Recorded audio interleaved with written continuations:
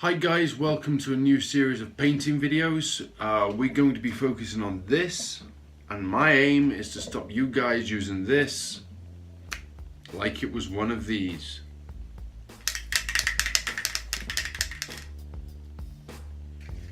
It's just nah. It's capable of doing details as fine as this, and on canvas you can do lines as thin as a human hair, so why not on a miniature? Okay, let's begin. Alright guys, these are the two brushes I'll be doing most of my work on. Top line is an Water Eclipse, it's a 0.35mm airbrush. Bottom line is an Water 3mm high line. This little beastie here is an adjustable air valve. Really handy, so not essential. Don't think you can't do anything that I show you here unless you have these brushes. This is an Water Neo. I love this brush, it's great. It's not as nice as the Highline, but it seems to spray a little finer than the Eclipse, and this is a really cheap brush, guys. Let's get building.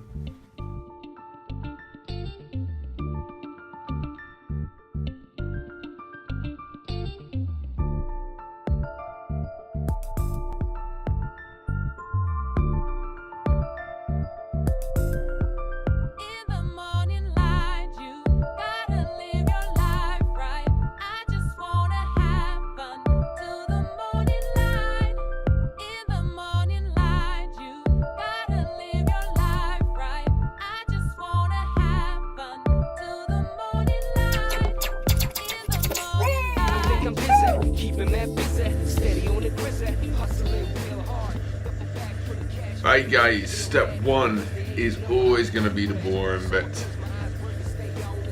Practice. We got loads of practice. It's all about getting that finger control, that control of movement, and there is only one way to nail that, and that is repetition, repetition, repetition. Don't waste it on your models, waste it on a bit of paper. Paper can be thrown away. Models, man, you gotta strip them. It's not good job. Guys, even with water-based paints, let's get this nailed straight away. This stuff ain't gonna kill you. People have been spraying for years and years and years, and there's nothing wrong with them. But, are you sure, man? Have they got a cough because they smoke, or have they got a cough because they've been breathing airbrush spray for years? Who knows? Besides, green boogers, blue boogers, yellow boogers, man. If you're spraying a red army, every time you blow your nose, cough, spit, it comes out red for weeks. Nah. Wear your mask. You're gonna look like a knob, but who fucking cares, man? Wear your mask.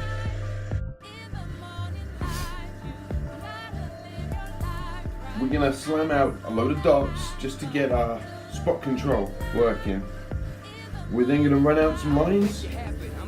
We're going to work some fades, we're going to do some little twirly loops. It's all about getting finger control. As soon as we've got that finger control, we're going to cut out a simple stencil. That's just printed on a piece of A4 paper, I've got a few copies.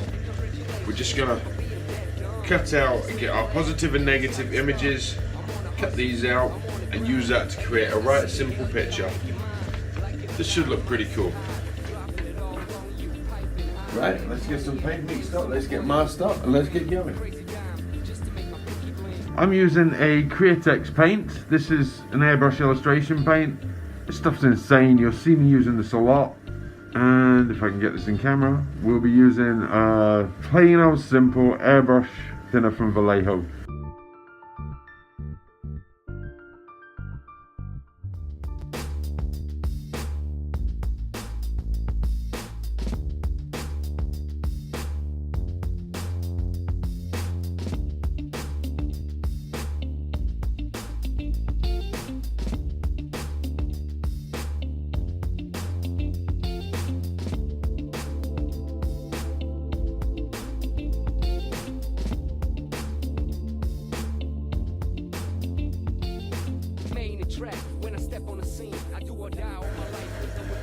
Nice tight dot, lovely shape.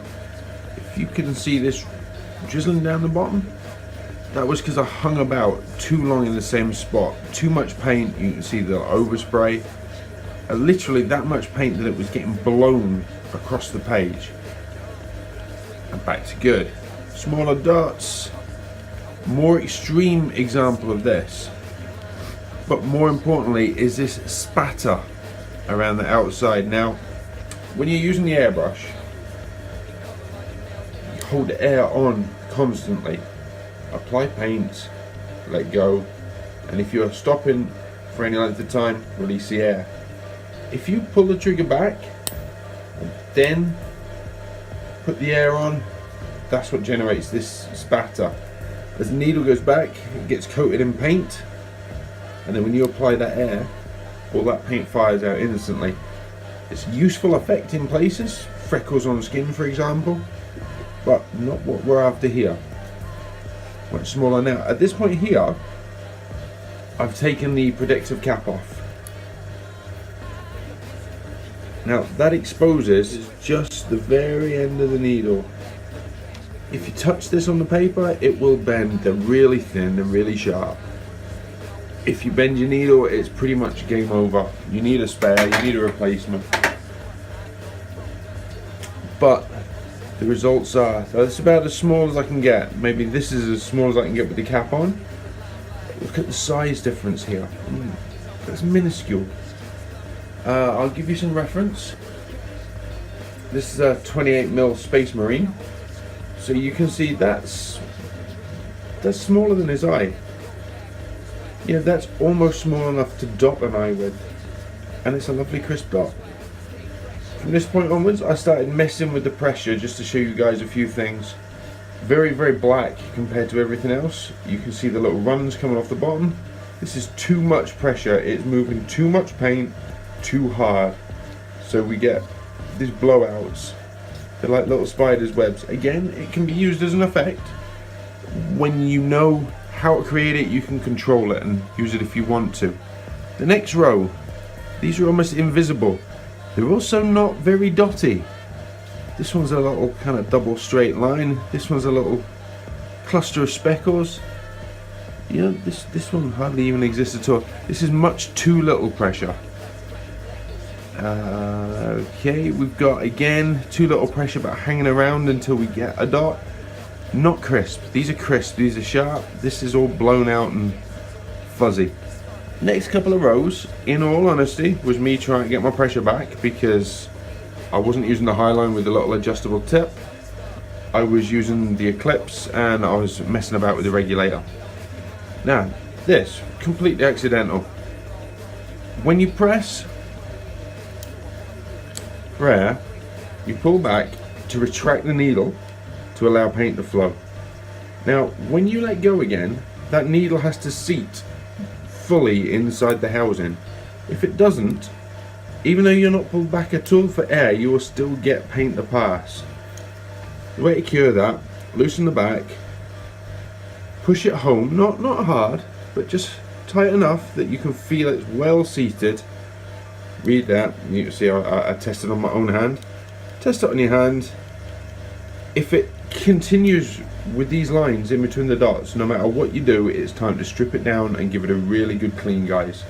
That'll allow the needle to seat tightly in the nozzle and this won't happen anymore. But for me, a quick adjustment of the needle and I'm back in business. Back to having nice dots, nice sizes. Alright, let's move on to the next. Don't forget to mask up, guys. Alright, next up, I'm going to join these dots with some straight lines.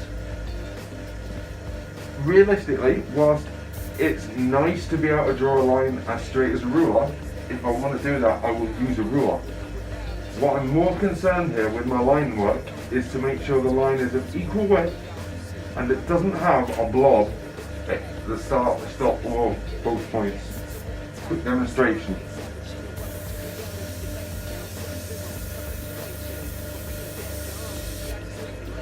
Now that is a god awful line. We've got a big old blob here where the brush was stationary before we started moving. We waited for the paint to come out before we started moving. We then travelled. We've got too much air too much paint too close, so we've got blowout all the way along here, and then we stopped with the airbrush stationary at the end to create another bubble. Again, we'll blow out.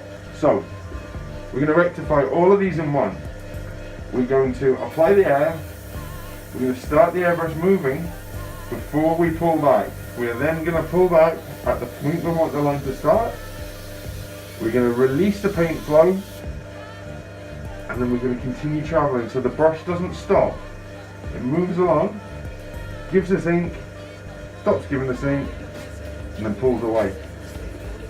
At all times, from before spraying to after spraying, we got the air on.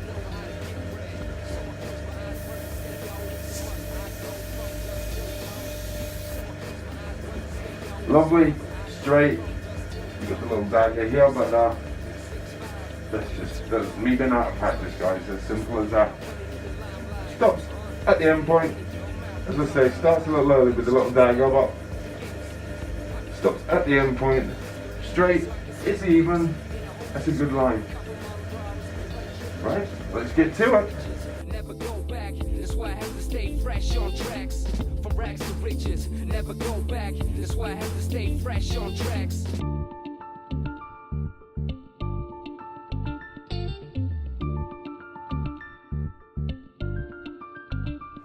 And if we wanted to shoot straight lines, something like this, it doesn't have to be as fancy, anything with enough of a lip that you can ride your hand along. Yeah, this is how we make stupidly straight lines.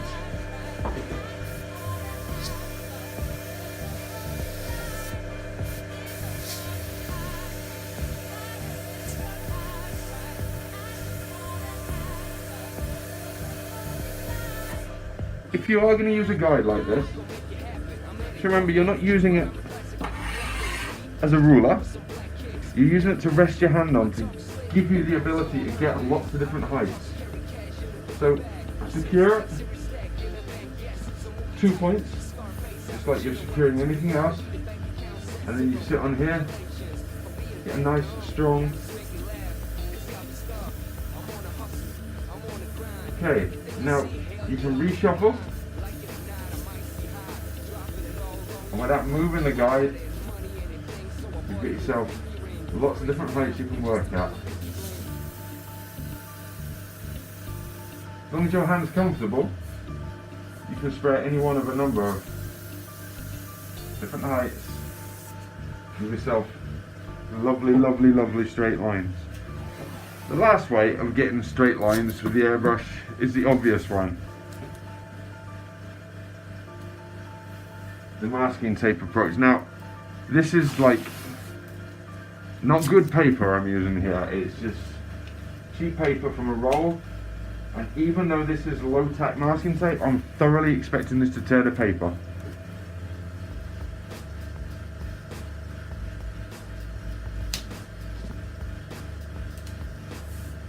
There's upsides and downsides to masking, and whilst these lines here are nice, they're straight, they're crisp, they don't have sharp edges, they have quite smooth edges.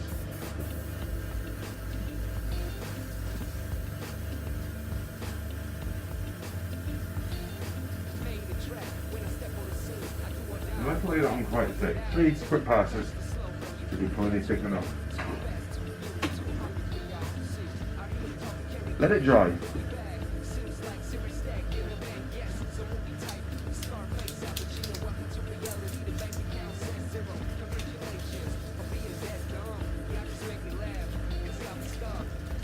See,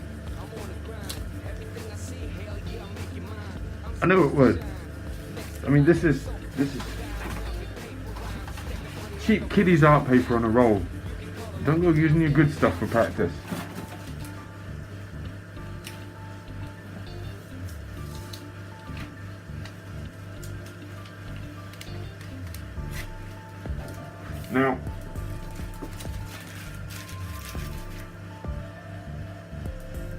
Now that is what you call a sharp line. If we get really close, we can see the fuzziness here. I mean, on all of these, they're nice, they're straight, they're organic. But then we look down here, And as I say, it's a machine line. Okay, so we've got dots, we've got lines. Next up is daggers. We can do these down the bottom here. A dagger. I'll see if I can do this in slow motion.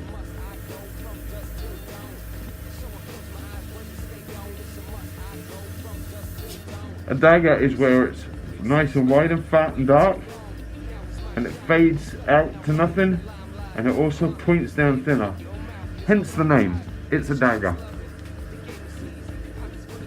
Absolutely fundamental skill to learn. Okay, now I want to highlight this area of his forearm. Now this is wider at the top and thinner at the bottom. This is quite literally a dagger shape. Here we've got a dagger shape going in this direction. Top of here, you could do around little dots, or maybe you could do two shorter lines. Where else have we got? Creases of the back, dagger, dagger, line, line, definitely a spot, spot. We got spots just at the bottom here. We got dagger shapes here. We got spot on the head. So just on this one model alone, and just on his skin, we've got spots. We've got line work, line work, line work. We got daggers all over the place. These are really boring skills to practice, but they're really essential skills when we're ready to move on to painting the models. I'm on a hustle, I'm on a grind. Everything I see, hell yeah, I'm making mine. Like it or not, I might see high. Dropping it all on you, piping hard and money anything. So I bought a new pinky ring, crazy dime, just to make my pinky bling.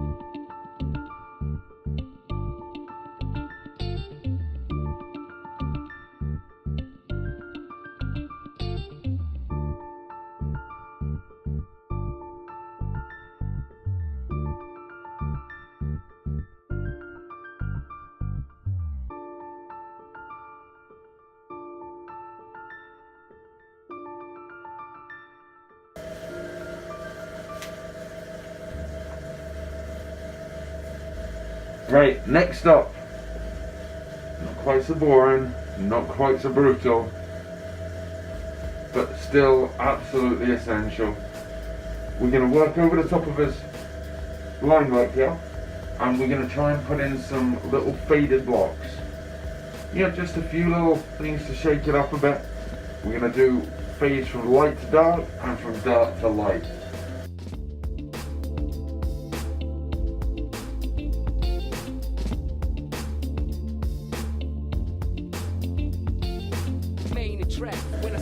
Another way you can achieve a fade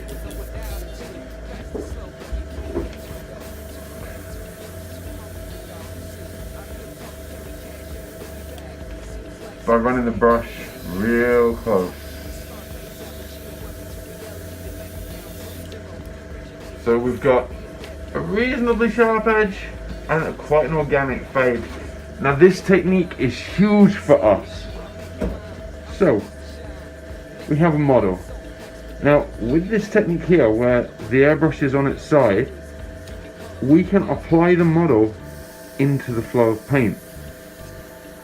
So if we approach this model from this direction here, it's going to catch on all the underside parts.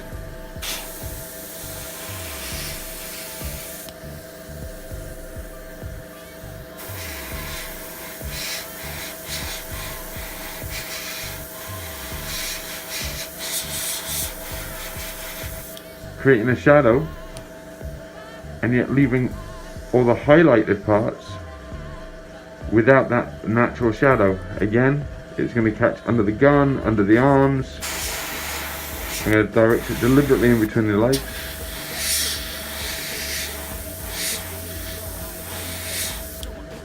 But it's going to leave, again, from the top view, all of this alone. There's no black paint here because we've directed the miniature into the flow of paint as opposed to spraying perpendicular to the model.